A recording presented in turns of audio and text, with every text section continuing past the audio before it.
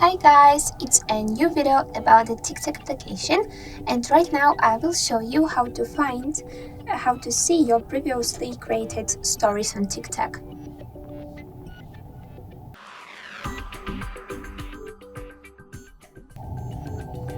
So let's open the TikTok application, guys, and as you can check, this is our official TikTok. You can smoothly follow us because we create very interesting content every time. So how to get access to your archived stories on TikTok? Remember, guys, that if you have ever created stories on your account, you will find them here in this section, Stories Archive. Let's tap on it.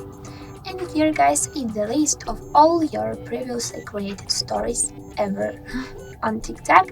Let's check them. For example, this is our old story.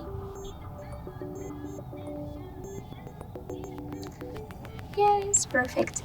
I hope that this short tutorial was very easy and it will be useful and interesting.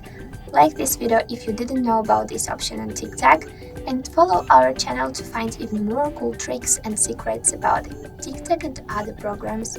Goodbye guys, good luck!